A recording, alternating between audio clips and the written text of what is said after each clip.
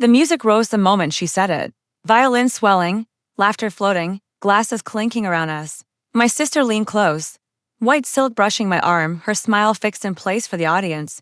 Apologize or leave. We don't want you here. Every face turned toward me, drawn in like sunflowers to a flame. I felt the heat on my skin. I felt the blade slide in.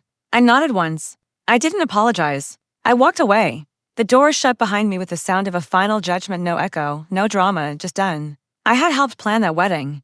I paid deposits. I calmed her down during midnight spirals. When we were kids, I stood between her and our father's temper. I taught her to drive on the ranch roads, her hands shaking on the wheel, both of us laughing when she stalled.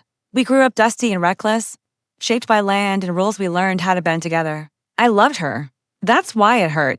And that's why it mattered. Because betrayal isn't loud. It's careful.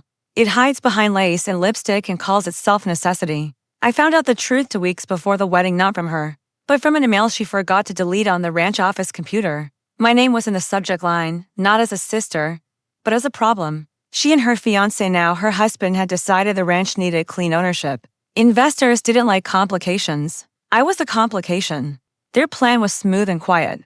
Push me to sign a temporary management transfer after the wedding. Promise a buyback. Never follow through. Sell everything, smile. I didn't confront her. I didn't cry. I didn't warn anyone. I planned. I pulled the old files, first deeds, trust changes. Grandpa's handwritten notes with ink bleeding, but intentions clear. He'd split the ranch evenly. But after my sister left for college and I stayed, he added protections, sweat equity, operational control, right of first refusal. And one final detail: keys meant authority, legally and literally. The ranch keys weren't symbolic. They were named.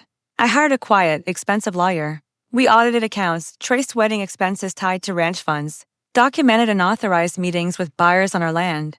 Cameras caught them pacing fence lines, pointing, measuring, dreaming on property they didn't own. Outwardly, I changed nothing. I smiled at dress fittings. I raised glasses at showers.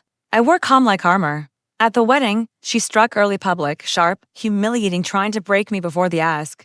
She wanted me small, grateful just to stay. I gave her the stage and walked off it. The next morning, my phone buzzed while I was feeding the horses. The air was clean. The sky felt honest. "LEILA," she said, breathless now. No crowd to perform for. I need the ranch keys. I leaned on the fence and watched the dust rise and settle. I took a slow breath and said, for words she'll never forget, they were never yours. Silence followed. Then anger. Then pleading. Then threats, each one arriving too late, like rain after a wildfire. I didn't explain. I didn't have to. The lawyer handled that at the emergency meeting she demanded. Papers slid across polished wood. Dates circled. Clauses highlighted. Photos time-stamped. Audio played of her fiancé promising buyers access he didn't have the right to give. Her husband tried bluster, then charm, then numbers. None of it worked.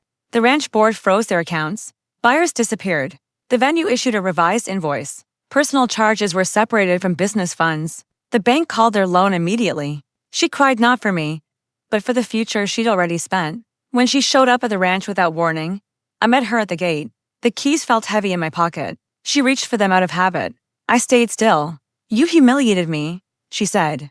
"You tried to erase me," I replied. Without silk, without applause, she looked smaller, just my sister, caught. The truth doesn't need an audience. It needs light.